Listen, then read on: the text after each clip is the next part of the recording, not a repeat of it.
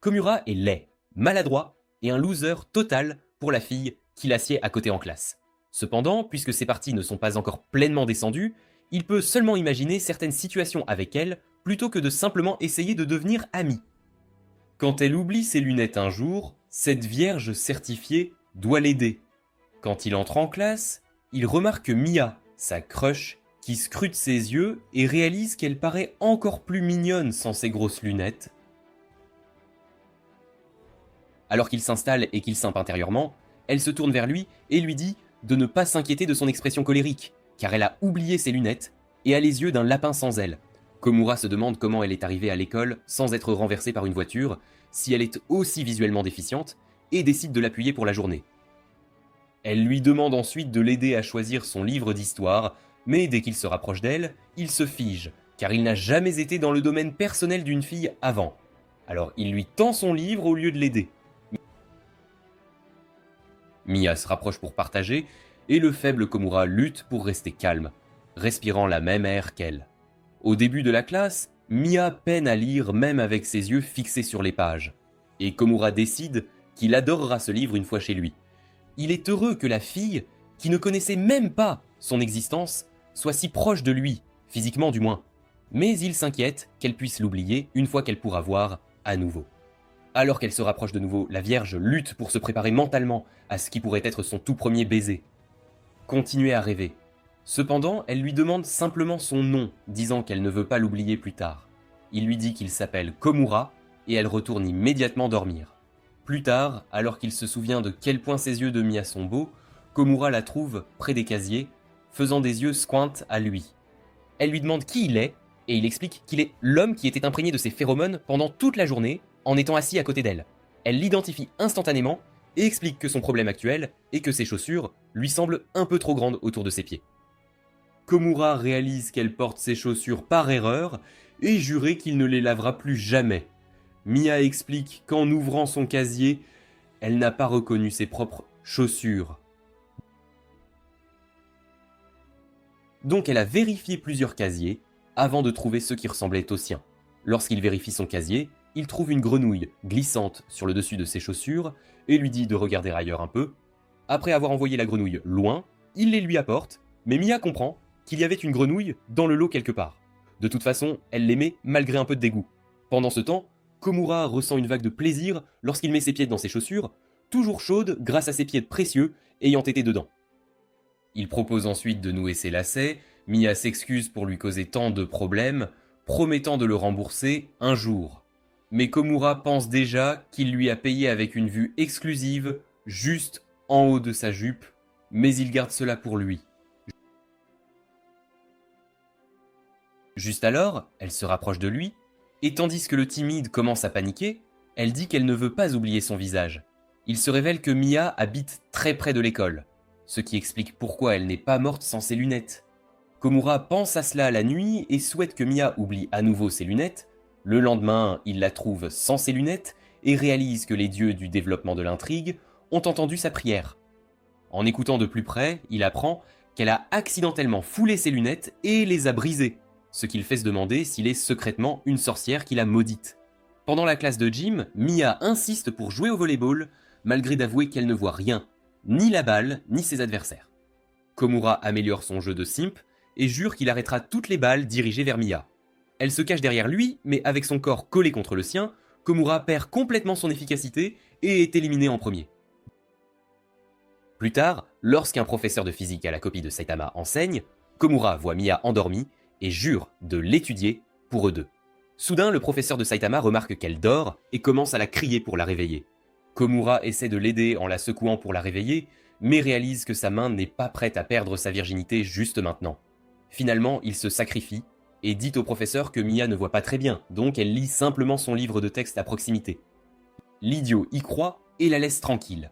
Plus tard, Mia se réveille enfin et cherche ses lunettes avant de se tourner vers Komura et de l'appeler papa. Appeler papa le rend excité, mais quand elle finit par se pencher sur son épaule, murmurant que son père est toujours en train de porter ses lunettes par erreur, Komura réalise que son cœur ne peut plus en prendre. Toujours le simple qu'il est, il espère que ce moment dure éternellement. Cependant, le wannabe de Saitama ne le permet pas. Le lendemain, Mia arrive avec les mêmes yeux squint et se penche de près vers Komura. Son cœur bat et il commence à rougir, espérant qu'elle ne le voit pas.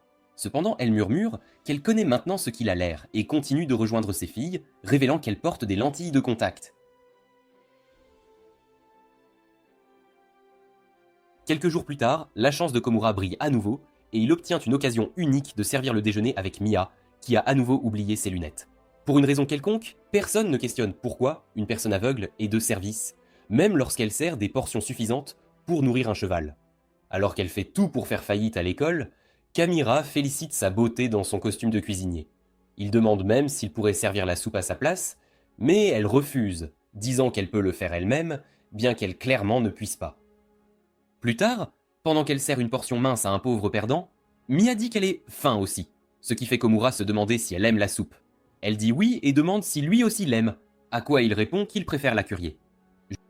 Juste alors, un roi colossal de gourmandise arrive et demande des morceaux supplémentaires de viande, ce qui fait Komura souhaiter pouvoir lui couper quelques morceaux supplémentaires pour qu'elle ne doive pas faire quoi que ce soit de difficile.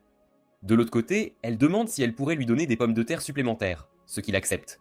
Cependant, grâce à leur forme et apparence similaires, sa personne aveugle remplit son bol de viande, ce qui fait Komura soupirer de défaite. Une fois que le service est terminé, il se demande si Mia a économisé la viande pour elle-même, seulement pour qu'elle murmure à son oreille qu'elle l'a économisée pour lui. Le perdant presque lui dit qu'elle ne devrait pas s'en soucier, car il aurait été parfaitement bien nourri en la mangeant à sa place. Petit malin. Au lieu de cela, il lui dit que la soupe est son repas préféré dans le monde, ce qui la fait sourire. Cependant, alors qu'ils se rassemblent pour manger, ils trouvent que leurs bols ont trop de pommes de terre au lieu de bœuf, grâce à l'homme sourd. Le lendemain, la fille, qui ne voit pas du tout oubliant ses lunettes encore une fois, essaie de utiliser des lentilles jetables seulement pour abandonner au milieu. Voyant qu'elle lutte, Komura jure qu'il l'aidera et la protégera même si elle ne peut pas voir, seulement pour réaliser qu'il évolue en rien plus qu'un tapis de porte. Encore ainsi, Mia se met à pleurer et lui remercie, ce qui fait exploser son cœur en flammes. Quelques jours plus tard, une nouvelle mystère apparaît lorsque Mia arrive à l'école avec un visage sérieusement boudeur, malgré de porter des lunettes. Komira demande pourquoi, seulement pour apprendre que c'est à cause du mauvais temps qui rend ses lunettes floues. Juste alors, leur roi de la gourmandise entre en classe avec ses lunettes floues et Mia panique, disant à Komura qu'il y a un type ici qu'elle ne reconnaît pas. Komura explique qu'il s'agit de leur camarade, et Mia commence à soupçonner qu'il est possible que les gens ne la reconnaissent pas avec des lunettes floues non plus. Komura la rassure en disant qu'il n'est pas le cas, et elle dit qu'il est d'accord tant qu'il la reconnaît, ce qui la transforme en tomate humaine. Son deuxième infarctus de la journée arrive juste après lorsque Mia demande à Komura de lui donner son numéro de téléphone, oui, certainement, et dit qu'elle le demande juste pour la commodité car elle pourrait avoir besoin de son aide parfois, surtout avec ses lunettes. Il ne comprend pas pourquoi elle choisirait de lui demander plutôt que de ses amies féminines, mais elle explique qu'il est acceptable pour elle d'être gênée devant lui que de laisser d'autres voir ce côté-là d'elle, ce qu'il fait se demander si c'est acceptable pour lui de sauter maintenant la zone amicale, mais il réalise qu'il est trop effrayé pour ça. Mia utilise immédiatement son numéro de téléphone et envoie un texto demandant s'il voudrait la rencontrer à la gare voisine, ce qui fait le pauvre vierge se demander si c'est sa manière de lui demander un rendez-vous. Après avoir subi une défaite contre la gravité, il arrive à leur point de rencontre et trouve Mia sans ses lunettes encore une fois. Elle explique qu'elle a probablement perdu les siennes sur le bus qu'elle a pris pour aller quelque part où elle a besoin d'y aller. Alors que ce perdant se perd dans Dalululand, Mia prend sa main et lui demande de la guider là-bas, ce qui fait Komura perdre ce qui lui reste de son calme. Plus tard, alors qu'il se rapproche presque du sommet, ils traversent une rue animée et Mia l'amène dans une petite cafétéria, expliquant qu'ils sont là pour un gâteau qu'ils ne proposent que le samedi et qu'elle ne manquerait pas de le manger aujourd'hui. Cependant, elle commence à avoir du mal à manger avec ses mauvais yeux. Komura propose de devenir sa mère et de lui nourrir. Il retire immédiatement cette idée, mais Mia pousse le gâteau vers lui et ouvre sa bouche, faisant imaginer à Komura à quel point il pourrait être bon avec son aubergine. Voici une aubergine. Il repousse rapidement ses pensées perturbantes et se concentre sur le travail, suppliant mentalement pour le pardon de son père. Après cela, ils vont dans une boutique optique pour que Mia choisisse ses nouvelles lunettes et Komura se sent déçue lorsqu'elle lâche sa main. Il se dit qu'il devrait couper sa main et la préserver, juste avant de se tourner pour partir. Cependant, les mains de Mia reviennent et elle lui dit de ne pas partir encore car elle veut rester un peu plus longtemps, maintenant qu'elle peut enfin le voir. Cela transforme à nouveau le perdant en une tomate ambulante et il visite la boutique locale de commodités et plus tard un arcade, avant de dire adieu officiellement. Alors que Mia part, Komura pince sa joue pour s'assurer qu'il n'a pas rêvé de tout cela, tout en ce que Mia réalise qu'elle l'a regardé un peu trop longtemps toute la journée. Quelques jours plus tard, Mia arrive en classe avec une masque et des lunettes floues. Elle explique à Komira, qui trouve cela mignon, qu'elle a un rhume. Juste alors, certains perdants de la classe commencent à taquiner le roi de la gourmandise pour porter exactement les mêmes lunettes et masques, ce qui la fait se demander si Komura la trouvera bizarre aussi. Elle enlève ses lunettes, et quand Komura lui demande où elles sont, elle dit qu'elle les a oubliées, clairement mentant. Le lendemain, il trouve Mia faisant des miaulements de chat sur son chemin vers l'école, et se demande si le fric est dans le rôle de la joueuse. Il essaie de prendre une photo d'elle pour satisfaire sa session d'appréciation nocturne, mais s'arrête de peur de son père. En examinant de plus près, il réalise que plutôt qu'un chat, elle miaule à un sac plastique qu'elle pense être un chat. Il craint que les autres puissent se moquer de sa vue terriblement mauvaise et réalise qu'il est temps d'utiliser son ultime arme. Il s'approche d'elle et fait des miaulements pour la tromper en la faisant croire qu'elle jouait effectivement avec un chat. Cependant, son plan presque échoue lorsqu'elle commence à caresser le sac. En utilisant ses cheveux comme une substitution pour le pelage du chat, il la fait caresser lui au lieu de cela, seulement pour qu'elle reconnaisse qu'il était là et lui demande si elle avait vu un chat près d'elle. Le garçon honteux ne fait que miauler dans sa face, tandis que le sac plastique s'enfuit rapidement. Quelques jours plus tard, lorsqu'il arrive en classe, Komura trouve le roi de Riz Azuma aidant Mia avec ses livres, tout en touchant sa main de manière détachée. Son boyfriend jaloux Avatar apparaît de nulle part, mais il le repousse rapidement, en se rappelant qu'il n'est pas digne d'un rat de seau pour elle. Juste alors, Mia remercie Azuma, l'appelant par le nom de Komura, ce qui fait Monsieur Simpé rougir comme une folie. Quand Azuma lui dit qu'il n'est pas Kamuta, Mia s'excuse pour avoir été si directe avec lui, tout en s'inquiétant de se ridiculiser. Pendant ce temps, Azuma regarde Kamuta et lui lance un sourire étrange, ce qui le déstabilise et le fait manquer ce qui se passe juste devant lui. Le lendemain, Miyazami lui dit qu'elle a l'air grognon sans ses lunettes, et elle s'inquiète de son expression plus tard dans les toilettes. Quand Komura arrive en classe, Mia le regarde avec ses yeux grands ouverts, téléportant le pauvre type dans une autre dimension. Cependant, dès qu'elle fronce les sourcils à nouveau, il revient à la réalité. Mia s'agace de vouloir ressembler à une personne normale, et non à un petit gosse agacé.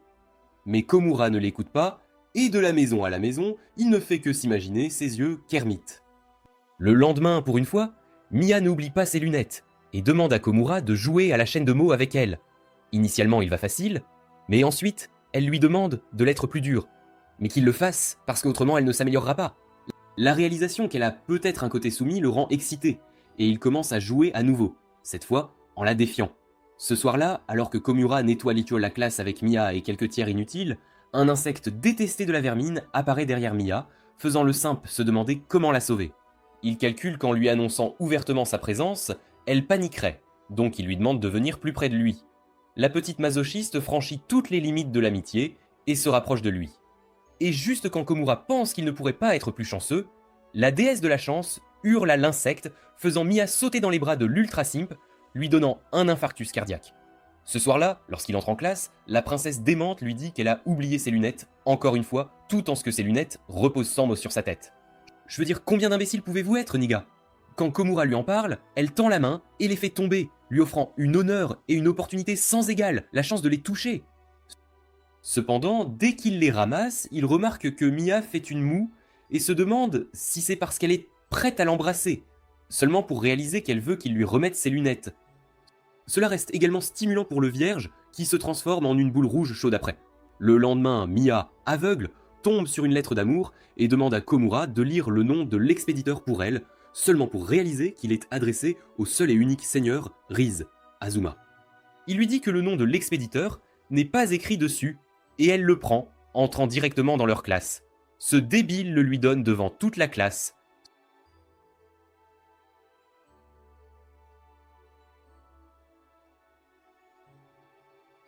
Ce qui fait penser à tous qu'elle simpe pour lui, tandis que le plus grand simp du monde pense à 10 façons différentes de se débarrasser de lui là-bas.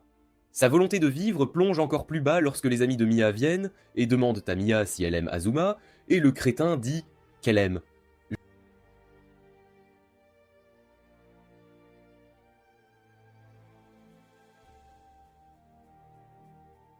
Juste alors, Azuma ajoute du bois au feu en sortant de la classe pour lire la lettre en secret, ce qui fait Komura devenir le nouveau James Bond et le suivre.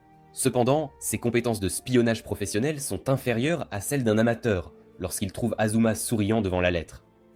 Komira, étant le plus laid de la classe, ne peut pas imaginer comment fonctionnent les esprits des gens jolis. À la même fois, il commence à se demander si Mia a vraiment des sentiments pour le wannabe Timothy Chalamet, ce qui ne serait pas surprenant compte tenu de sa popularité. Juste alors, Mia lui demande pourquoi il pleure, et Komura presque fond en larmes en lui demandant ce qu'elle pense d'Azuma. Mia ne comprend pas pourquoi tout le monde pose la même question et dit qu'elle aime bien Monsieur Populaire, mais qu'il ferait plus de sens si les gens demandaient si elle aime Komura à la place, car elle le fait. Cela donne au président du club des fans de Mia le plus grand choc de sa vie. Mais avant qu'il puisse savourer, le wannabe prince charmant entre comme son plus grand cauchemar pour répondre à Mia sur sa lettre d'amour. Comme toujours, la fille aveugle ne peut pas la lire, donc elle demande à Komura de le faire pour elle. Et même Azuma soutient cela, ce qui le fait se demander comment fonctionnent les cerveaux des garçons jolis. Il ouvre la lettre terrifiante, seulement pour lire « Komura aime Mia aussi » et réalise que Azuma l'a juste fait exprès avec lui. Quand le Rizzler revient à sa place, il dit à leurs camarades que le message de Mia était juste une malentendue. Pendant ce temps, ce faible perdant dit à Mia que Azuma a simplement remercié pour avoir livré la lettre. Cette nuit, il maudit les dieux du romantisme pour lui donner l'apparence d'un gobelin et le cœur d'un poulet. Le lendemain, il compense cela en lui offrant une rencontre avec la fille de ses rêves et il la trouve devant une machine à boisson. Cette reine de l'aveuglement prétend qu'elle peut acheter quelque chose de chaud toute seule, mais finit par obtenir du café amer. Comme elle a le goût d'un enfant de 2 ans, elle demande à Komura de boire à sa place, et le loser cultivé prend immédiatement la canette, imaginant combien ce serait une bénédiction pour ses lèvres vierges. Cependant, lorsqu'il essaye de boire de la même canette, il se dérobe comme toujours et dit qu'il n'aime pas le café non plus. « Man, tu es un loser pathétique !» Le lendemain, Komura canalise l'Olympien caché en lui et court à l'école car il est en retard, seulement pour tomber sur Mia qui est également en retard. À sa déception, elle ne le reconnaît pas grâce à sa vision pas si parfaite et continue de courir jusqu'à la traversée. Là, les yeux cultivés de Komura remarquent sa jupe relevée et son cerveau encore plus cultivé commence à imaginer les trésors cachés sous elle. Juste alors, Mia murmure qu'elle trouve sa chevelure sale et s'inquiète de ce que Komura penserait s'il la voyait comme ça. Cela fait que ses pauvres jambes entièrement lâchent et il arrive en retard de toute façon. En classe de gym, Mia se sprint son cheville pendant les exercices de préchauffage, prouvant une fois de plus qu'elle ne sera jamais la prochaine Usain Bolt, et Azuma suggère à Komura de la conduire à l'infirmerie. Komura se demande s'il est si tragiquement seul que le seigneur Riz essaie de jouer Cupide pour quelqu'un aussi romantiquement pathétique qu'eux. Cela le fait en réalité furieux. Toujours, il ne peut pas rester furieux longtemps, avec tout le corps de Mia appuyé contre lui, alors qu'il l'aide à marcher vers l'infirmerie. La même fille, cultivée, rougit, et dit qu'elle est nerveuse concernant son poids, mais Komura ne s'inquiète pas si elle pèse plus qu'un hippopotame, car son amour pour elle pèse encore plus. Ils arrivent à l'infirmerie, et Mia s'appuie contre un mur pendant que Komura attrape une chaise pour elle, seulement pour se retourner, et la trouver debout sur une balance. Il mentionne accidentellement qu'elle ne pèse pas beaucoup du tout, et elle lui dit de supprimer immédiatement ce qu'il a vu de sa mémoire. Le lendemain, Miss Petite se débat pour coller un affiche sur le tableau d'affichage, alors le wannabe Chad offre son aide, seulement pour se rendre compte rapidement qu'il aurait dû boire plus de lait quand il en avait l'occasion. Besoin de lait. Pendant qu'il se plaint de cela, Azuma arrive et fait le travail sans effort, ce qui lui fait souhaiter qu'il était un peu plus grand. Mia entend cela et lui dit de ne pas grandir d'1 pouce, sinon elle ne pourra pas le regarder dans les yeux comme elle le fait maintenant. À partir de ce jour, Komura commence à prier les dieux des croissances limitées. Plus tard, tout le monde en classe perd la tête devant une nuage cœur visible par la fenêtre à point qu'il même dérange le wannabe de Saitama en se cachant pour prendre des photos. Komura s'en moque, mais dès qu'il remarque l'expression curieuse de Mia, il doit prendre une photo de celle-ci aussi. Cette nuit, il l'envoie par texto et réussit à la rendre heureuse. Le lendemain, Mia laisse inconsciemment ses lunettes quelque part dans l'école et Komura fait de son mieux pour les retrouver. Ce détective non payé tombe sur une petite fille irritante, aux cheveux en pique-taille, qui a ses lunettes de Mia, et joue sans vergogne avec elle. Voir cette déesse sacrilégis, un trésor national, fait rage chez Kimura, mais cela devient encore pire quand elle le force à porter ses vêtements. Le faible en tremble presque et tombe à moitié, mais parvient à se rattraper en poussant la fille contre un mur. Quand elle commence à jacasser qu'elle n'est pas prête de perdre sa virginité pour l'instant, Mia arrive et repousse Kimura avec jalousie. Pendant ce temps, Le pauvre garçon est toujours sous le choc de ce qui vient de se passer. Le lendemain, même si la princesse folle ne l'a pas oublié, Kimura reprend son mauvaise habitude et c'est lui qui oublie son livre de cours.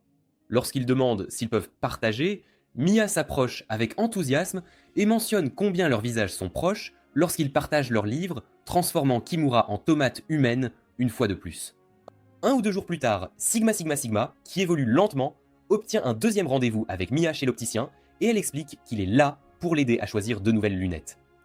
Kamuna se sent la pression d'une telle décision importante alors qu'elle essaye frame après frame, son inconscient l'appelant d'un nom imaginaire, tout en jurant intérieurement qu'il aurait dû apporter un synonyme. Mia ne semble pas s'en soucier, mais le perdant s'épuise à réfléchir avant de finalement avouer qu'il sera inutile parce qu'il aime juste regarder, peu importe ce qu'elle porte. Cela fait rougir Mia et elle achète finalement sa monture habituelle. Cependant, le lendemain même, elle révèle qu'elle a déjà cassé ses nouvelles lunettes. Arrêtez, obtenez de l'aide, faire comprendre à Kimura qu'il va devoir trouver des activités illégales s'il veut vraiment épouser celle-ci. 2 jours plus tard, alors que Kamira sort acheter du ketchup dans un marché local, il découvre que toute la ville est décorée pour la Saint-Valentin et il ne peut s'empêcher d'imaginer Mia lui en donner. Le perdant délirant dit même cela à haute voix, et grâce aux lois des comédies romantiques, Mia apparaît et dit qu'elle l'a entendu. Elle ignore complètement sa question sur ce qu'il veut d'elle. Au lieu de répondre, il s'extasie sur son adorable tenue et fantasme sur la façon de la déshabiller. Il s'inquiète aussi qu'elle oublie ses lunettes une nouvelle fois, mais elle affirme qu'elle peut gérer et lui demande plutôt ce qu'il veut d'elle. La Vierge réalise qu'il serait en train de reconnaître ses sentiments si elle disait qu'elle veut des chocolats, et est convaincue que son pauvre cul sera rejeté. Cependant, grâce à ses mauvaises lunettes et au fait qu'elle ne voit pas les décorations, il respire de soulagement et dit qu'il est là pour acheter du ketchup. Les deux vont dans un magasin où le timide s'inquiète qu'ils ressemblent à un couple de nouveaux mariés, et Mia demande pourquoi une section ressemble à un cimetière, ce qui fait réaliser à Kimura qu'en réalité, c'est le cimetière de ses rêves. Une pile de chocolat de Saint-Valentin. Il essaie de la dissuader de s'en approcher afin qu'elle ne réalise pas qu'il voulait des chocolats d'elle, mais quelques échantillons gratuits la tentent. Il la traîne à contre-cœur et attrape sa main de manière malicieuse, seulement pour Mia lui dire qu'il est un freak. Elle remarque aussi que ses mains sont chaudes et compare les siennes froides, tandis que Komura imagine chauffer ses mains. Mia mentionne que ses mains seront utiles pour faire des chocolats car elle prévoit de le faire pour Saint-Valentin, et Kimura réalise qu'il l'a prise pour une idiote. Le génie aveugle relie les points et déduit que ce dont Kimura veut est des chocolats, et le pauvre perdant se sent mourir. Cependant, Mia dit que ce n'est pas un grand problème, puisqu'elle va donner des chocolats à ses amis, ce qui la convainc qu'elle ne le voit même pas comme un homme. Le jour J, Kimura attend que ses chocolats arrivent, se rappelant que des chocolats de camaraderie suffisent à un perdant comme lui qui n'a jamais reçu de chocolats auparavant. Malheureusement, lorsque Mia arrive pour lui donner sa part, elle trouve qu'elle a épuisé ses chocolats et Kimura réalise qu'il pourrait être maudit pour l'éternité. Il l'ignore, se rappelant qu'il est un type dur. Mais après l'école, lorsque Mia lui dit de demander ce qu'il veut, en échange de ses chocolats, il réalise qu'il n'est pas si dur après tout. Alors qu'il imagine toutes les séances de sport qu'il pourrait faire avec elle maintenant, il réalise qu'il serait incorrect de faire quoi que ce soit sans être marié. Donc il se lève et essaie de lui avouer ses sentiments, jurant qu'il réussira même si elle le hait après, seulement pour réaliser qu'il est trop timide pour le faire. Donc pendant qu'il devient muet pour correspondre à son énergie aveugle, Mia se demande si elle doit utiliser les toilettes. Il secoue la tête, demandant qu'elle attende qu'il soit prêt à dire ce qu'il veut, et elle sourit, répondant qu'elle attendra. Juste à ce moment, elle trouve un chocolat dans sa poche et le lui donne, disant qu'elle pensait qu'elle allait le manger, mais qu'il peut l'avoir. Ému par bonheur, il promet de lui avouer ses sentiments l'année prochaine. 1 mois plus tard, Mia pèse et réalise qu'elle ne peut plus manger de chocolat. Le lendemain matin, Kimura joue avec une boîte de chocolat qu'il compte donner en échange des chocolats de Saint-Valentin. Mais lorsque Mia arrive, elle est presque morte de fatigue après avoir sauté son café du matin et explique qu'après avoir mangé tous les chocolats qu'elle a reçus le jour de Saint-Valentin, elle est à un coup de devenir Winnie l'ourson elle-même. Elle demande à Kimura de la tenir responsable et de l'arrêter si elle est sur le point de se remplir la bouche. Et il accepte. Juste à ce moment, son cauchemar le plus effrayant, Azuma le Rizzler, arrive avec un sac de biscuits et lui donne en échange de ses chocolats. Elle essaie de s'arrêter et de les manger, mais abandonne après 10 secondes seulement pour que Kimura intervienne et rappelle son plan de régime. Un moment plus tard, le gros perdant arrive et lui donne un autre sac de chocolat, après quoi elle commence à se taquiner avec eux. En tant que le plus grand simp du monde, Kimura trouve cela mignon. Cependant, il réalise qu'il est temps de laisser tomber et dit qu'il peut garder les chocolats pour elle si c'est difficile à résister. À ce moment, Mia, complètement abandonnée presque, mange les biscuits que Azuma lui a donnés, seulement pour que le switch jaloux de Kimura s'allume. Il l'arrête et lui dit qu'elle devrait manger lui ou au moins les chocolats qu'il lui a apportés. Elle accepte volontiers et satisfait ses envies, tandis que Kimura maudit son timidité. Quelques jours plus tard, il trouve Mia en train de lire un point-card, car elle a oublié ses lunettes une nouvelle fois. Kimura demande si elle va poster pour gagner un gâteau gratuit, et elle dit que c'est la dernière journée, donc elle doit le faire. Il calcule que le bureau de poste le plus proche est assez loin de leur école, et s'inquiète qu'elle puisse se perdre sans ses lunettes, donc il propose de la conduire, et elle accepte. Juste à ce moment, ses amis qui la suivent appellent et lui parlent d'un nouvel arcade qu'ils iront après l'école, et Kimura, excité comme un otaku, se rappelle rapidement de sa promesse à Mia et refuse. Elle entend cela et plus tard lui dit qu'elle peut y aller seule car elle porte des lentilles de contact, ce que Kimura sait qu'elle ne fait pas clairement. Sauf que sa mentir ne dure pas longtemps lorsqu'en classe suivante, leur professeur demande à Mia de lire un passage de leur livre. Elle lit parfaitement jusqu'à ce qu'un mot difficile apparaisse et Kimura attend qu'elle prononce mal. Cependant, car elle craint qu'il puisse manquer du plaisir avec ses amis en la gardant sous surveillance, elle touche sa gorge et passe sur le mot. Et étonnamment, le professeur laisse passer. Plus tard, elle essaie de se rendre à leur classe d'échange en lisant le tableau noir. Et même alors que ses amis la buguent pour rencontrer à l'arcade, ils réalisent qu'elle a confondu la classe 2 pour la classe 1. À la même heure, Mia entre dans la mauvaise classe et commence à se sentir comme un perdant aveugle inutile, réalisant combien il est difficile d'être seul parfois. Juste à ce moment, Kimura arrive en faisant semblant de se tromper de classe pour qu'elle ne se sente pas mal, et Mia abandonne son rôle de méchante qu'elle n'est pas clairement. Elle avoue avoir menti sur les lentilles de contact parce qu'elle ne voulait pas qu'il la garde toute pour lui, même si elle le fait vraiment, ce qui fait rougir Kimura et se demander s'il n'y a pas quelque chose de contrôlant chez elle. Pour une raison quelconque, cela l'excite, et la stimulation le fait penser à une boîte aux lettres qui est encore plus près de l'école que celle qu'ils allaient visiter. Après qu'il l'accompagne là-bas, Mia le remercie et part, tandis que Kimura avoue qu'il veut la garder toute pour lui aussi. Quelques jours plus tard, pendant que le certifié simp se soucie de son dos et se demande comment il pourrait applaudir Mia étant déjà plus âgée, il trouve Mia debout dans la foule de l'assemblée et est content qu'il soit d'impro dans la même classe pour une autre année. Juste à ce moment, l'annonceur commence à distribuer les prix de présence parfaite et appelle à la scène les deux d'entre eux. En passant près de certains losers de classes différents, Kimura entend des ragots sur Mia et mentionne qu'elle a l'air effrayante. C'est alors qu'il réalise que sa réputation pourrait être en danger si le principal pense qu'elle est impolie aussi. Alors il suggère qu'elle soulage sa tension en pressant un point shiatsu sur ses paumes. Elle lui dit de presser ses paumes lui-même car elle ne voit rien. Il est heureux de s'y mettre et imagine combien ses autres parties du corps doivent être douces quand même ses paumes sont si tendres. Il est sorti de ses pensées peu enfantines quand Mia commence à rire, disant qu'elle trouve ça chatouilleux, et le cœur de Kamira s'envole dans la pièce. Cependant, il est ramené à la réalité lorsqu'il est appelé à la scène pour recevoir son prix, tout en se rappelant combien sa année a été belle avec Mia à ses côtés.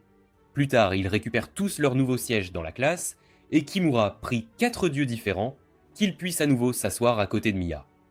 Mais comme il est un bon garçon, il se dit que tout ira bien tant qu'elle s'assoit à côté de quelqu'un qui l'aidera, et ses prières ne sont immédiatement exaucées quand Azuma prend sa place à côté de sa fiancée officielle. Tandis qu'il est coincé, dans le fond de sa même vieille place solitaire, une nouvelle fille s'assoit à côté de lui, mais il ne prête aucune attention à elle. Pendant ce temps, Mia demande à Azuma où est Kamuta, et elle jette un coup d'œil derrière lui, ce qui le met en colère contre Azuma qui agit comme un chat dans son absence. Juste à ce moment, la copine de Mia arrive et dit qu'elle est dans la mauvaise place, alors Azuma l'aide à lire son numéro réel tout en tenant sa main de manière détachée. Cela énerve le simple constipé à l'arrière qui se demande s'il s'est purifié avant de toucher sa chérie Mia. La fille à côté de lui devient inquiète qu'il soit possédé, alors elle lui offre de l'eau bénite, ce qu'il ignore complètement.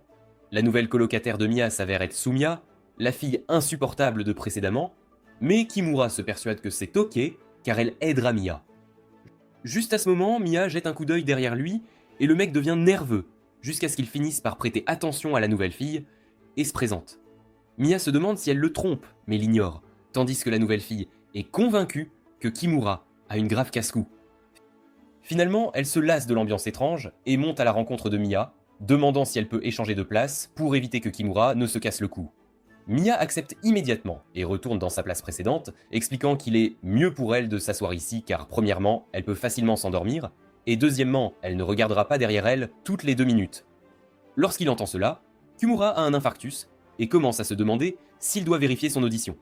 Quelques jours plus tard, Mia et Kimura dessinent des croquis l'un de l'autre en classe d'art, et l'homme molle s'excuse pour avoir à nouveau oublié ses lunettes. Cependant, le simp s'en moque, car il est trop occupé à planifier quel type de cadre il utilisera pour accrocher le croquis de Mia sur sa porte de chambre. Soudain, il se rend compte que sa température et autre chose augmentent, alors que Mia se tient devant son visage, disant qu'elle ne peut pas voir sans ses lunettes, mais ne peut pas dessiner debout. Finalement, elle dit qu'elle dessinera de mémoire, et après qu'elle ait terminé, Kimura devient le plus heureux de la Terre et jure que c'est le croquis qu'ils utiliseront à son enterrement. Le lendemain, lorsqu'elle se lave les mains dans les toilettes, Sumia se rapproche et dit à Mia qu'elle a de très longues cils et une peau agréable, ce qu'elle peut clairement voir car Mia essaie de voir son visage. La prochaine fois qu'elle voit Kimura et qu'elle se rapproche assez pour voir son visage, elle est rappelée de combien Samia l'a rendue mal à l'aise et recule, laissant le pauvre garçon flipper. Cependant, elle revient vite à elle-même. Le lendemain, Kimura court chez lui avec une excitation quasi contrôlée, révélant qu'il a enfin amené Mia chez lui sous forme de ses lunettes. Il se souvient qu'elle les a laissées à l'école et qu'il les a découverts lorsqu'il est revenu en dernier dans la classe. Après s'être énervé sur s'il était autorisé à les toucher, il envoie un texto à Mia demandant ce qu'il devrait faire avec eux, et elle lui dit de les laisser dans son bureau. Le Sigma s'inquiète qu'il puisse se promener magiquement pendant le week-end et se demande s'il devrait les emmener chez lui. Mia accepte et le remercie, ce qui le ramène à présent alors que son côté cultivé ressurgit, et il se baigne dans son aura qui commence à remplir sa chambre. Il chasse le maléfique et place soigneusement le trésor sacré sur sa bibliothèque, tandis qu'il lui-même se met à étudier. Cependant, quelques instants plus tard, il commence à imaginer Mia dans sa chambre, lui demandant de l'applaudir et se décourage, réalisant qu'il a fait une erreur monumentale. Pour atténuer la situation, il attrape des mouchoirs et s'exerce avant de se tourner vers les lunettes. Le moment qu'il touche les lunettes, Mia apparaît dans sa tête, et il maudit son propre fric, profondément. Au même moment, Mia s'inquiète de savoir si ses lunettes étaient propres pour être gardées avec Kimura, et l'appelle, juste après qu'il se soit repris. Elle le remercie de prendre soin de ses lunettes, et se demande si elles sont une bonne fille pour lui, et son aura commence à prendre le dessus à nouveau. Elle ajoute qu'il est presque comme si elle visitait son lieu en tant que ses lunettes, et l'esprit qu'il a tant lutté pour expulser remonte immédiatement. Ce soir-là, alors qu'il lutte pour maintenir sa troisième jambe calme et composée, Mia revient, demandant s'il veut l'applaudir et le fait abandonner toute vie. Quelques jours plus tard, la reine de la démence oublie à nouveau ses lunettes, et alors qu'elle essaie de mieux voir le visage de Kimura, elle trébuche et tombe sur lui. Il envoie des louanges hautes au ciel. Mais sa joie est courte, car Mia continue de parler de comment elle a heurté son front avec quelqu'un une fois et presque embrassé quelqu'un une autre fois, grâce à sa mauvaise habitude. Son sourire se transforme progressivement en une moue. Mia réalise ce qu'elle vient de dire et clarifie qu'elle a fait cela avec son père quand elle était toute petite. Après qu'elle ait regagné sa place, complètement embarrassée, elle lui demande de ne pas penser qu'elle est une personne mauvaise, et Kimura se demande si elle n'est pas juste une sadique, mais une complète fric aussi. Le lendemain, sa copine Asuka commente sur le cheveu de Mia, et bien qu'elle dise que c'est mignon, la fille aveugle ne le croit pas. Kimura trouve cela totalement mignon, mais ne le dit pas même s'il le veut. Il sait à quel point cela sonnera de soif. Juste à ce moment, Mia demande ce qu'il pense de ses cheveux. Et dès qu'il dit qu'il semble bien, Mia arrête de s'inquiéter, ce qui fait Kimura se demander s'il est en train de rêver. Plus tard, alors que la pluie commence à tomber, les épaules de Kimura souffrent du poids de ses propres illusions, et Mia offre de lui masser les épaules. Son âme vierge quitte son corps, mais lorsqu'elle supplie, il abandonne et lui permet de faire ce qu'elle veut. Tandis qu'elle lui masse bien, son esprit cultivé imagine ses mains autour de son petit ami, mais il parvient quand même à rester calme et remercie lorsqu'elle termine. Plus tard, elle écrit cela dans son journal à côté de toutes les choses qu'elle peut faire pour le rendre heureux, et Kimura espère qu'elle écrirait simplement qu'elle serait à ses côtés, car cela lui suffit. Le lendemain, Kimura s'endort dès que les cours sont terminés, et Mia essaie de le réveiller. Lorsqu'elle ne peut pas le faire, elle s'installe devant lui, et commence à toucher ses bras, finissant par entrelacer ses doigts avec les siens. C'est alors que Kimura se réveille en mode tomate humaine et le surprend. Mia s'excuse pour s'être permis de faire cela et offre de se donner en compensation pour ses péchés, mais l'éternelle Vierge la refuse. Le lendemain, il pleut à nouveau et Kimura rencontre Mia en route pour l'école. Elle gémit qu'elle a oublié ses lunettes à nouveau, mais prétend pouvoir voir clairement même dans la pluie, seulement pour trébucher dans un grand flaque d'eau quelques secondes plus tard et arriver à l'école moitié trempée. Une fois installée, elle demande à Kimura de regarder ailleurs pendant qu'elle enlève ses chaussettes, produisant des bruits squishy qui déclenchent des images suspectes dans l'esprit cultivé de Kimura. Une fois qu'elle a fini, elle lui permet de regarder, mais la vue de ses jambes nues fait monter son propre petit membre, donc il regarde ailleurs une fois de plus. Quelques jours plus tard, Kimura trouve Mia assise sur un balançoire dans un parc voisin, et elle explique qu'elle attend sa mère qui a oublié ses clés. Kimura hoche la tête sans surprise, et elle lui demande de la pousser sur le balançoire. La seule pensée de toucher son dos avant le mariage lui donne presque une crise. Toujours, il obéit comme un futur mari docile, seulement pour s'inquiéter qu'elle expose le ciel sous sa jupe à un autre homme et arrête le balançoire. Cela le met dans une situation encore plus difficile et rapproche leur visage assez pour qu'il l'embrasse. Mais il s'arrête au dernier moment et se sent honteux lorsqu'il apprend qu'elle portait des shorts. Le lendemain, elle trouve sa carte de jeu en ligne sur le sol et Kimura réalise que sa découverte de son côté weeb caché pourrait mettre fin à une romance qui n'a même pas commencé. Lorsqu'elle demande ce qu'il est, il dit simplement qu'il s'agit d'une carte pomme sans expliquer davantage et elle la lui rend. Plus tard, lorsqu'ils se rassemblent pour déjeuner et que Kimura maudit intérieurement son mensonge rusé, Mia lui donne sa pomme car elle suppose qu'il aime les pommes et elle envoie Kimura en panique. Cette nuit-là, elle appelle Kimura sur son téléphone après minuit, en se trompant de lui pour Asuka, chez qui elle loge. Ce simple ultra immédiatement se lève et lui dit qu'il peut l'aider avec tout ce dont elle a besoin, et elle explique qu'elle s'est perdue chez Asuka en cherchant les toilettes. De plus, la maison est complètement sombre et elle a vu un film d'horreur avant de dormir, donc elle est pratiquement en train de pisser dans ses pantalons. Il lui dit de chercher un interrupteur de lumière à proximité, et elle mentionne qu'elle a des rubans coincés quelque part, ce qui fait imaginer à Kimura Mia en pyjama avec des rubans. Juste à ce moment, elle s'extasie sur combien Asuka est nulle pour l'avoir obligée à regarder un film d'horreur, faisant souhaiter aux masochistes qu'elle dise la même chose de lui. Elle demande ensuite si elle peut chanter pour elle en guise de distraction, et l'idiot commence à chanter l'hymne national, ce qui la fait rire. Juste avant qu'il se sente fier de lui, il réalise que sa mère est réveillée et se cache sous les draps, essayant de ne pas faire de bruit et d'être pris à cette heure. Tandis qu'il retient son souffle, Mia se demande s'il est endormi et s'inquiète. Finalement, il parvient à murmurer son nom dans le téléphone, la surprenant et lui donnant des fantasmes R18 sauvages, juste avant de se lever et de lui dire d'utiliser la lampe torche de son téléphone. L'idiot fait exactement ça et trouve le toilette, ce qui fait réfléchir Kimura à tous les bruits qu'elle pourrait faire en utilisant celui-ci. Heureusement, Mia mute son téléphone et murmure son nom dedans, avant de couper la communication, faisant tomber Kimura sur son lit. Plus tard, lorsqu'elle rentre dans la chambre d'Asuka, elle lui remercie pour sa patience, tandis qu'il espère pouvoir parler avec elle toute la nuit, et ils s'endorment tous les deux, Kimura imaginant les rubans sur les pyjamas de Mia. Le lendemain, ils ont des cours de natation pour l'éducation physique.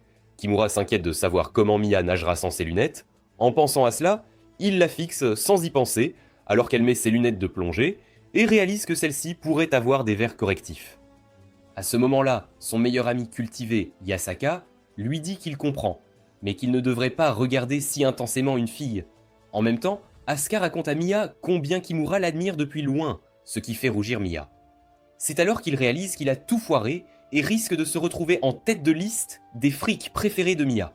Le lendemain, il croise Mia après l'école, elle suçant une glace, et il ne peut s'empêcher d'imaginer la sienne à sa place. Elle lui demande de ne pas dire à personne qu'elle aime les glaces, et il promet de ne pas le faire, tout en la regardant manger celle-ci. Après qu'elle ait fini, il remarque qu'elle a gagné un prix et attrape sa main pour l'en empêcher de la jeter. Il recule rapidement en réalisant que ses mains ne sont toujours pas prêtes à perdre leur virginité, et Mia lui tend la paille de la glace, disant qu'il peut la garder car il aime tant les prix. Komura, quant à lui, se demande quelle couleur il devrait peindre le sanctuaire qu'il construirait à la maison autour de celle-ci. Quelques jours plus tard, Komura trouve un chat errant à l'école et le suit, finissant par se retrouver près d'une zone interdite où une confession d'amour se déroule. Une fille qu'il ne connaît pas avoue à une autre, et seulement Rizzler Azuma alors que Kimura se cache derrière un arbre, espérant apprendre quelques tactiques de Rize de la part du pro. À ce moment-là, Mia arrive au même endroit, à la recherche du même chat, faisant des poses mignonnes qui l'excitent et font naître chez lui la question de savoir si elle est aussi dans le jeu de rôle. Cependant, ce qui le préoccupe davantage encore est qu'elle interrompt son scénario de mentorat gratuit qu'il a découvert, donc il envoie le chat dans sa direction. La baveuse de Mia ne voit rien jusqu'à ce qu'elle touche ses jambes, faisant souhaiter Kimura qu'il était un chat. Il réalise ensuite que Mia entend également la confession en cours, pas seulement lui, et se demande si elle est intéressée par ce genre de choses. Il se demande également s'il comprendrait même s'il avait le courage de lui avouer un jour, mais il lâche l'affaire. À ce moment-là, le chat s'échappe à nouveau et Mia le suit, presque ruinant le dénouement de la confession. Cependant, Kimura sauve la situation en tirant Mia vers lui et en profitant de quelques instants de pur bonheur. Et Mia finit par réaliser ce qu'elle aurait failli faire. Elle s'excuse et Kimura pense qu'elle comprend la romance, ce qui lui donne le courage de lui avouer un jour, mais pas maintenant. Quelques jours plus tard, alors que leur excursion approche, les amis de Kimura discutent de comment passer le temps ensemble, mais ils remarquent rapidement qu'il est ailleurs. Yasaka lui dit de rejoindre le groupe de Mia s'il veut faire la moitié de leur excursion, et s'inquiète de ses lunettes plutôt que de lui-même. Kimura essaie de jouer cool, mais ses amis lui disent qu'il est si évident qu'il ne peut plus le cacher. Finalement, Mr. Simp admet qu'il est inquiet que Mia soit renversée grâce à ses lunettes de super-héros et qu'il passe le reste de sa vie comme un pauvre veuf. Yasaka suggère alors qu'il devrait rejoindre le groupe de Mia, puisque le nombre maximum de personnes par groupe est de 6. Pendant ce temps, les yeux de Mia regardent Kimura de la même manière, tandis que ses amis lui rappellent de ne pas oublier ses lunettes. Elle affirme qu'elle gardera une paire de rechange cette fois et qu'elle ne montrera pas son incapacité à voir. Mais ses amis ne l'écoutent pas de tout pas et la taquinent sur Kamuna, demandant si elle voudrait qu'il les rejoigne. Mia avoue vouloir l'inviter, seulement pour que le wannabe Roméo et ses complices de faible budget arrivent juste à ce moment.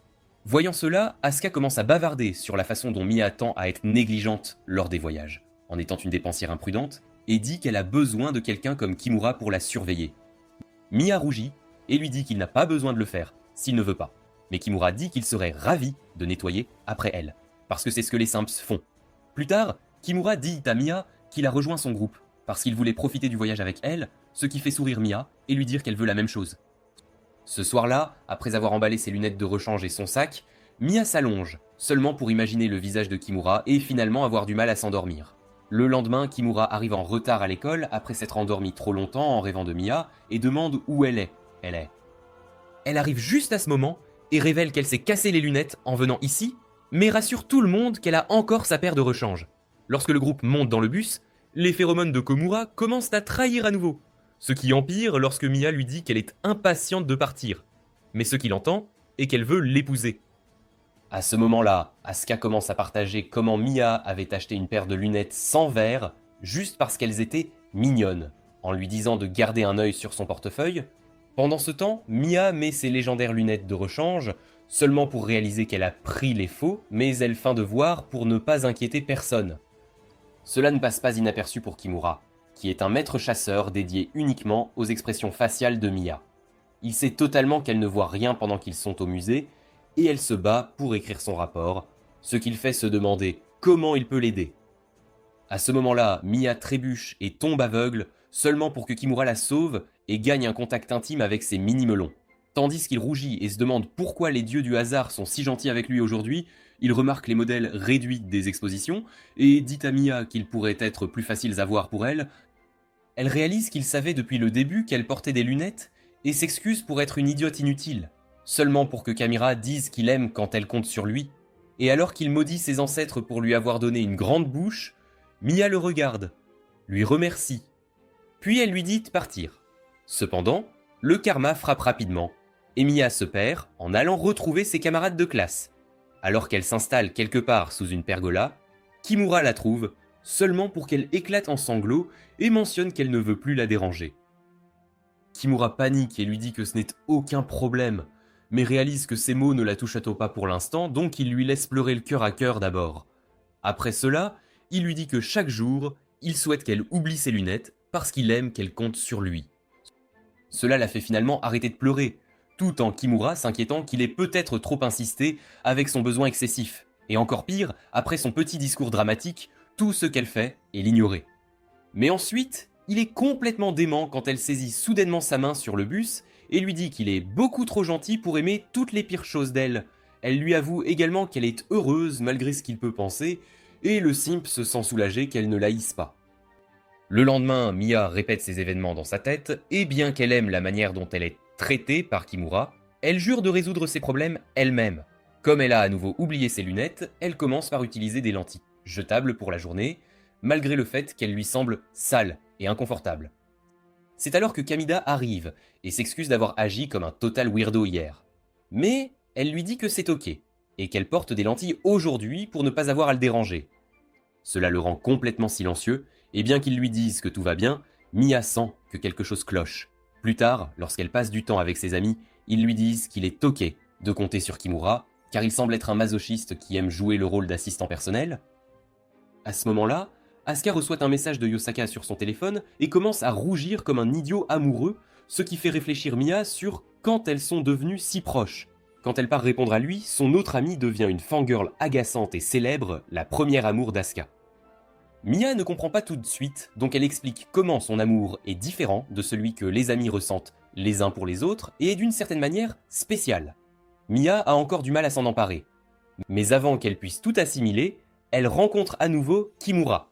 Il demande si ses lentilles lui font bien, mais elle finit par admettre qu'elle préfère son aide plutôt que de les porter. Bien qu'il n'ait pas encore avalé ses mots, elle l'attaque en touchant soudainement son visage et en mentionnant combien il semble heureux. C'est la première fois que ce perdant ressent le toucher d'une femme. Il devient complètement désarçonné et Mia remarque que son expression est la même que celle d'Asuka avant. C'est alors qu'elle comprend que cet idiot est tombé amoureux d'elle depuis le début et elle se demande si elle occupe vraiment cette place spéciale dans son cœur que son ami parlait d'eux. Cela devient un peu trop pour elle, donc elle s'échappe de lui. Le lendemain, elle le rencontre comme d'habitude.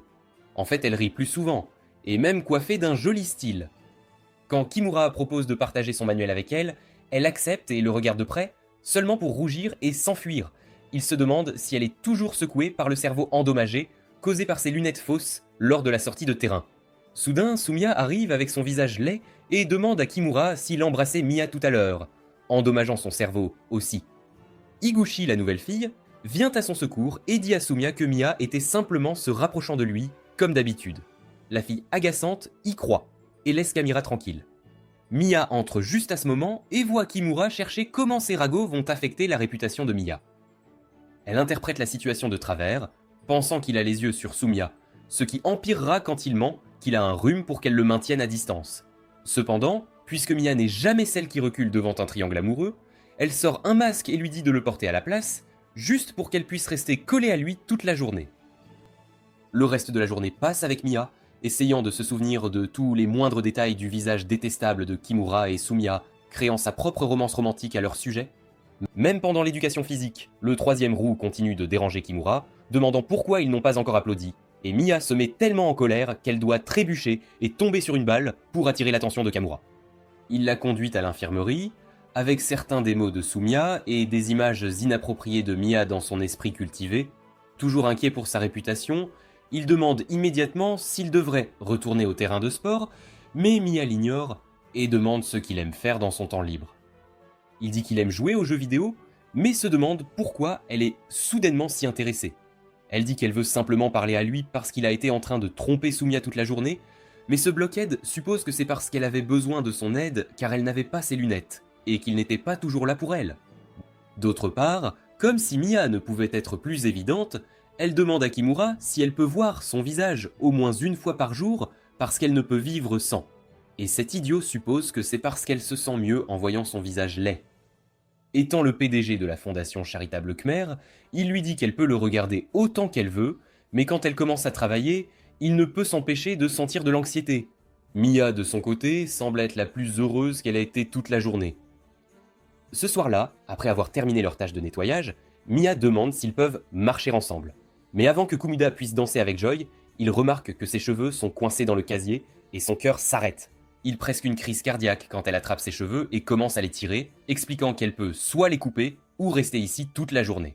Ne voulant pas laisser ses précieux cheveux subir plus de dommages inutiles, Kimura propose de devenir son barbier non payé, et tout en hyperventilant de nervosité, il coupe délicatement la partie entortillée, la libérant. Mia demande si elle aime ses cheveux, ce qu'il fait évidemment, et promet de prendre soin d'eux. Le lendemain, elle lui demande de les coiffer, et bien que son cœur timide essaie de fuir, elle lui sourit et il abandonne. Après qu'il a testé son seul talent sur elle en dehors de Simper, Mia dit qu'elle adore le style et souhaite qu'il puisse coiffer ses cheveux chaque matin. Kimura se fige et suppose qu'il est toujours en train de délirer à cause de l'effet de toucher ses cheveux, seulement pour trouver qu'elle sourit timidement. Quelques jours plus tard, alors que Kimura prépare des affiches pour le festival culturel à venir, Mia arrive avec son visage et ses doigts couverts d'encre. Kimura rit et lui offre des mouchoirs pour essuyer, tandis que Mia demande s'il prendra sa pause bientôt. Il dit qu'il le fera après avoir collé toutes les affiches, donc elle propose de devenir son aide et commence à travailler. Cependant, grâce à son faible QI, elle colle les affiches sur elle-même au lieu du carton ou fait des bêtises d'autre façon. Finalement, Kimura suggère qu'elle aide les filles plutôt que lui, et après quelques minutes de silence, Mia lui dit de lui faire savoir quand il aura terminé son travail. Cela enfin sonne la cloche, et Kimura réalise qu'elle veut prendre sa pause avec lui. Cependant, il se rappelle que l'orgueil est la voix du cœur brisé, et il l'écarte. Plus tard, il sort de la classe pour chercher du colle, mais Mia le suit, disant qu'elle veut le suivre. Kimura ne comprend pas ce qui lui arrive soudainement, mais dès qu'ils arrivent dans la salle d'art sombre et vide, elle verrouille la porte et le pousse contre celle-ci, le faisant se demander si c'est ainsi qu'il perdra son Sainte Vierge. Mia, de son côté, lui dit qu'elle n'a pas regardé son visage toute la journée, il est temps pour sa dose quotidienne de chimère. Craignant qu'elle ne soit en réalité une sadique, il essaye de s'échapper, mais elle l'arrête, disant qu'elle veut le regarder quand personne ne les voit. Il finit par accepter et la laisse poser ses mains sur son visage alors qu'elle le regarde dans les yeux, le faisant se demander si c'est acceptable pour lui de croire qu'elle pourrait l'aimer. Plus tard, quand Kimura revient en classe, Azuma mentionne les taches d'encre noire sur son visage et lui dit de les nettoyer. Pendant ce temps, les filles remarquent les taches d'encre sur les doigts de Mia et Kimura fait son truc de pomme de tomate une fois de plus. Plusieurs nuits plus tard, la mère de Kimura suggère qu'il se fasse percer les oreilles afin de devenir le prochain grand fashion statement de son école. Il s'égare sur le fait que ces choses conviennent seulement aux wannabe hotshots, comme Azuma, et même quand il va à l'école le lendemain matin, il continue de se qualifier de gros, gras loser dans sa tête. En entrant en classe, il est accueilli par le spectacle de Mia, en train de genoux sur le sol, et il ne peut s'empêcher de demander si elle veut être fouettée. Elle dit qu'elle cherche juste quelque chose, et soudainement ramasse ce qui semble être un pendentif. L'idée qu'elle pourrait avoir des percements la fait fantasmer, et il passe les 4 heures suivantes à imaginer Mia avec des percements. Cependant, quand il partage en son manuel et qu'elle s'assoit à côté de lui, il réalise qu'elle n'a pas encore ses oreilles percées. Cela le confond complètement, et il se demande où est son secret de percement. Seulement pour Mia expliquer dans la classe suivante qu'elle n'a pas de percement du tout, et les objets qu'elle a ramassés plus tôt étaient des perles destinées à servir Dieu pour son ours en peluche. Kamira hoche la tête et imagine à quel point elle serait sexy avec des percements et combien il lui irait. Mais Mia lui dit qu'il serait cool avec des oreilles percées. Ces mots résonnent dans sa tête, comme un enregistrement cassé pendant toute la journée, et dès qu'il rentre chez lui, il commence à chercher comment se faire percer les oreilles le plus rapidement possible. Quelques jours plus tard, tout le monde dans leur classe décide de rester à l'école jusqu'au soir, mais Mia dit à Asuka qu'elle ne peut pas le faire, car elle a un curfew, et si elle le défie, elle sera punie, et son précieux matin Coco sera retiré. Kimura écoute attentivement, professionnellement en tant que stalker, et réalise qu'elle a des parents stricts. Plus tard, lorsqu'il accepte de rester tard avec les autres, Samia propose aussi et commence à le harceler sur le fait qu'il n'a pas encore claqué les fesses de Mia, une fois de plus. Mia remarque cela et réalise que son futur mari pourrait être volé si elle quitte la scène maintenant. Sans choix, elle accepte de rester tard aussi, faisant Kimura se demander si elle le fait pour pouvoir marcher ensemble avec lui. Cette illusion lui vaut une bonne claque de sa part, ce qui le rappelle de sa place au bas de l'échelle sociale. Plus tard, Mia et Kimura commencent à travailler sur certaines choses pour le festival, et Kimura ne peut s'empêcher de remarquer l'expression tendue de Mia. Elle dit qu'elle est juste anxieuse, car elle n'a jamais sorti si tard auparavant. Mais même si elle prétend être en forme, Kimura remarque que quelque chose ne va pas. La minute suivante, par la grâce des dieux du romantisme, il trouve son téléphone sur le sol du gymnase et le ramasse, seulement pour découvrir des messages et des appels manqués de sa mère, inquiète. Il se cache rapidement, et lorsque Mia vérifie son téléphone, elle oublie Kimura et court droit chez elle. Le simple la suit et la trouve près des casiers, essayant de trouver ses chaussures, mais échouant. Finalement, ses yeux perdent patience et elle rentre chez elle en sandales intérieures, tandis que son numéro 1 fanboy la suit avec ses chaussures dans les mains, déterminé à ne pas la laisser sans son matin chocolat. Sur ce chemin, pour devenir le plus grand stalker de la ville, il attend et observe alors que Mia s'arrête en cours de route et pleure. Il ne comprend pas la raison, mais abandonne l'idée de lui rendre ses chaussures et de rendre les choses encore plus difficiles pour elle. Pendant ce temps, Mia rentre chez elle et sa mère demande pourquoi elle est en retard, seulement pour elle devenir muette et s'excuser. Juste à ce moment-là, la sonnette retentit et c'est Kimura, qui s'excuse auprès de la mère de Mia, mentant sur le fait qu'il a malencontreusement porté ses chaussures chez lui au lieu des siennes, ce qui a fait qu'elle était en retard. Mia est d'abord stupéfaite mais touchée par cette geste, et sa mère le croit aussi. Kimura, de son côté, se dit qu'il pourrait être appelé au téléphone des stalkers. Le lendemain, alors qu'il agit comme un robot défectueux autour d'elle, Mia arrive en bonne humeur et lui dit que son matin chocolat a goûté délicieux aujourd'hui, ce qui le fait être content qu'il n'ait pas été soupçonné d'être un stalker. Le jour du festival culturel, il reprend son rôle de stalker et lit bravement son journal entier exposé. Plus tard, il adore le jouet en peluche qu'elle a fabriqué avec ses yeux seuls, et se demande pourquoi il est même digne d'être craché. Pendant ce temps, Mia admire son cachet Da Vinci aussi, ce qui le fait se demander pourquoi il n'est même pas digne d'être craché. Plus tard, lors de la cérémonie de remise des prix, Mia quitte l'auditorium, seulement pour son fidèle simple à suivre immédiatement. Il la trouve assise seule sur le terrain de football et la rejoint, seulement pour elle de lui révéler qu'elle a lu son journal et trouvé cela très amusant.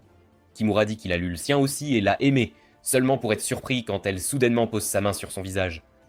Le pétunia bavardait sur le fait qu'ils étaient en plein air et pourraient être pris. De plus, puisqu'elle porte ses lunettes, elle n'a pas besoin de voir son visage de près. Elle demande si elle est trop exigeante ces derniers temps et s'empare trop de lui, mais Kimura dit que c'est à propos de pourquoi elle doit même voir son visage quand il est si laid. Mia dit que c'est parce que cela la calme, décevant le perdant qui pensait recevoir une confession d'amour au lieu d'une vérification de réalité. Cependant, comme il est trop loin pour reculer, Kimura dit à Mia qu'il veut aussi voir son visage, et étonnamment, elle accepte immédiatement. Bien qu'il sache parfaitement combien cette manœuvre était dérangeante, Kimura touche son visage et l'admire pendant un instant avant de se résigner car son cœur ne peut pas en prendre. Mia, de son côté, dit qu'il se sent exactement comme un père pour elle, surtout parce qu'il est si gentil et attentionné. Cela aspire l'âme du pauvre garçon qui n'avait pas inclus être dans la zone papa dans sa liste de résolutions pour la nouvelle année, et il maudit sa propre naïveté pour avoir été manipulé. Le lendemain, Kamira s'inquiète de ne pas avoir de projet futur car il n'a imaginé que devenir mari de Mia.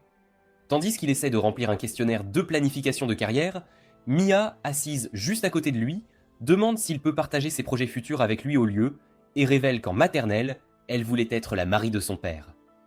Elle montre même une photo de son annuaire et Kimura ne peut s'empêcher de rougir devant la version plus jeune d'elle-même en maillot de bain. Cependant, il chasse rapidement cette pensée car il ne veut pas devenir Didi 2.0 et demande à Mia si elle veut encore épouser son père. Elle rougit et dit qu'elle veut encore se marier, mais pas avec son père. Elle déçoit le pauvre Kimura qui pensait que la zone papa avait ses propres avantages. Elle continue en disant qu'elle s'entraîne aussi à devenir mariée et a déjà maîtrisé la préparation d'un œuf au plat, pour commencer. En voyant une photo de son chef-d'œuvre culinaire, Kimura ne peut s'empêcher de remarquer le dessin étrange de ketchup sur son omelette, mais lorsqu'il lui demande de quoi il s'agit, Mia devient gênée et lui dit de se taire. Ce soir-là, il rentre chez lui et sort son propre annuaire, découvrant qu'il voulait être un employé de bureau quand il était enfant, ce qui ne fait pas de surprise étant donné à quel point il est basique et ennuyeux. À ce moment-là, sa mère l'appelle pour le dîner, et à sa grande joie, elle lui a préparé des œufs au plat. Inconsciemment, il finit par dessiner le même dessin étrange avec du ketchup, et sa mère lui demande s'il essaie de dessiner un feuille de map Tsuplot, qui se traduit approximativement par son nom. Il comprend enfin et se transforme en un rouge chaud, hallucinant à l'idée de dîner avec Mia, et réalisant que son rêve, après tout, est seulement de la marier. Le lendemain, son imbécile écrit Marie de Mia en premier choix sur le questionnaire. Non, Dieu, non, non. Mais il devient conscient et efface rapidement. Cependant, Mia arrive juste avant qu'il ne puisse complètement l'effacer et lit le mot « Marie », se demandant de qui il parle. Kimura ment en disant que c'est personne en particulier, ce qui l'exaspère, confondant encore plus la Vierge stupide. Ce midi, Mia est associée à Azuma et Yasaka pendant la classe de cuisine, tandis que les démons de jalousie possèdent Kimura alors qu'il tente de cuisiner avec Higuchi. La pauvre fille maudit sa chance d'être toujours associée à ce type bizarre, tandis que Kimura mentalement supplie Azuma de désactiver son aura Sigma. Azuma explique à Mia comment elle peut améliorer ses cookies aux pièces d'arcade, ce qu'elle est manifestement en train de faire pour Kamira. Alors qu'elle travaille dessus avec soin, il mentionne qu'elle est très lente même avec ses lunettes, ce qui presque la fait jeter un caprice. Cependant, lorsqu'elle se tourne vers lui, elle remarque les cookies oiseaux que prépare Azuma et se demande pour qui ils sont. Le Rizzler dit qu'ils sont pour la fille qui habite à côté de lui, celle qu'il admire, ce qui fait Mia se demander quel âge elle a. Il dit qu'elle est en collège et ne le regarde même pas jusqu'à ce qu'il fasse quelque chose de complètement fou, comme lui faire des cookies. Tandis qu'il rougit doucement, il dit qu'il ne peut pas attendre de lui dire comment il se sent, ce qui fait Mia se demander si c'est nécessaire.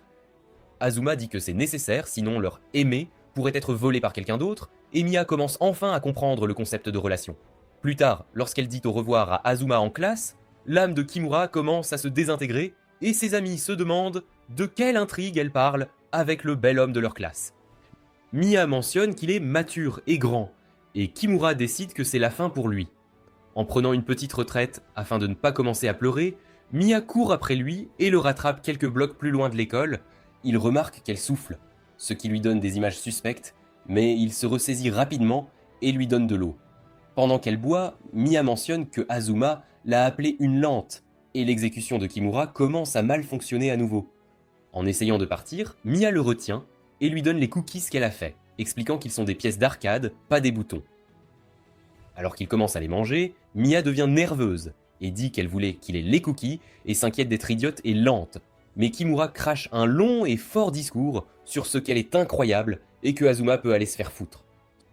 Suite à cela, les deux deviennent gênés et Kimura décide qu'il sera plus prudent de ne pas la laisser derrière maintenant.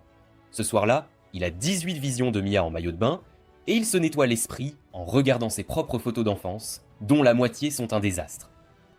Le lendemain, il réalise qu'il a apporté l'une d'entre elles à l'école et Mia parvient à la récupérer.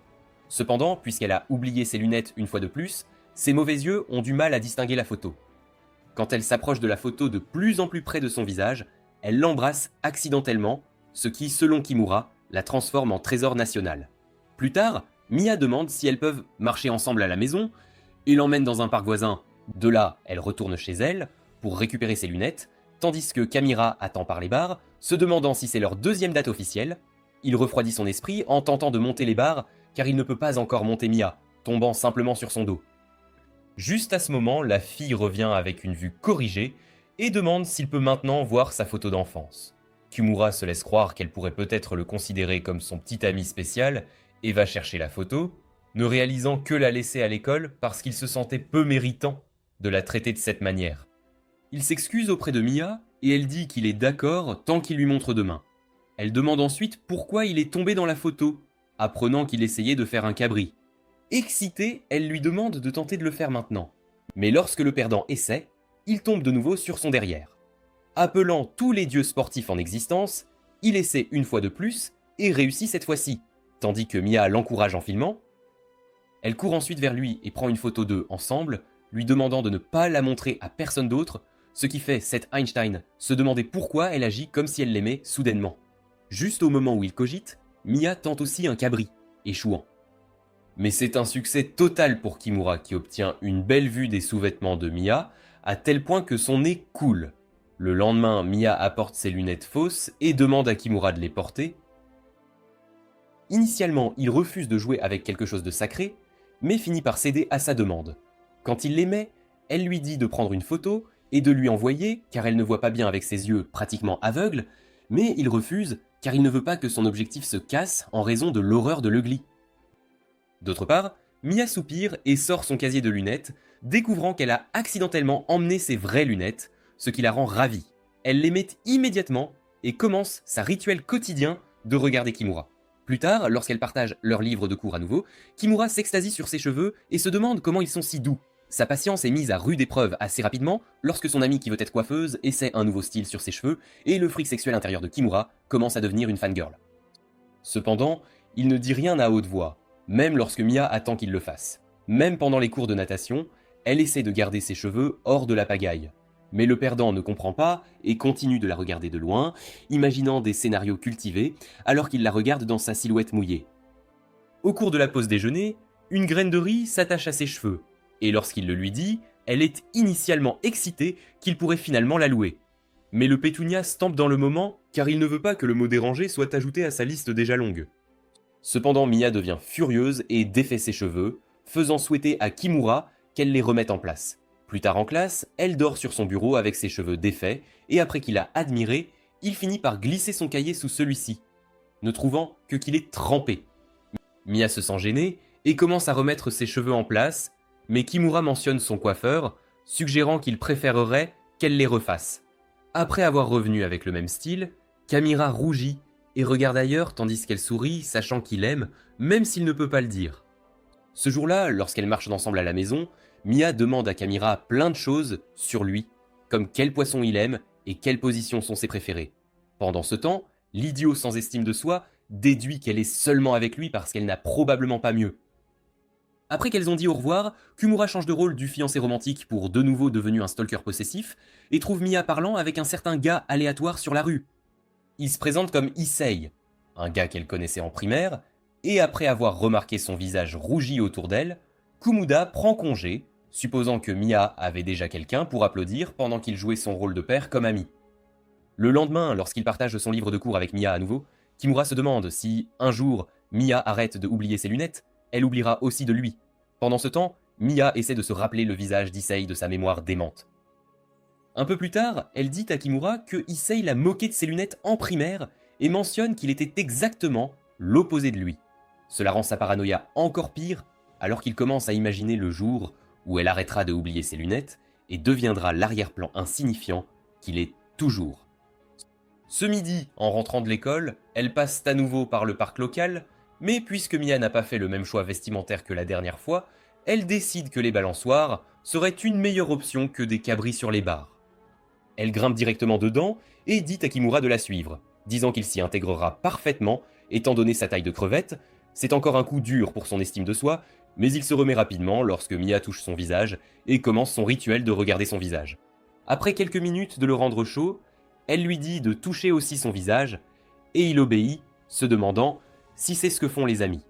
Cela lui fait réaliser qu'il ne sera pas satisfait de simplement regarder dans ses yeux comme il le pensait précédemment.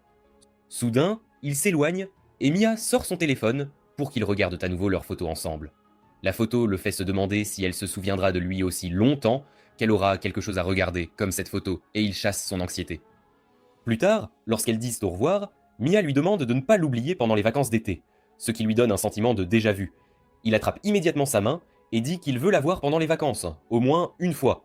Et elle sourit, en accord. Cela le fait penser à la fois où ils se sont rencontrés quand ils étaient enfants, et Mia était sur le point d'acheter la mauvaise glace grâce à sa vision phénoménale.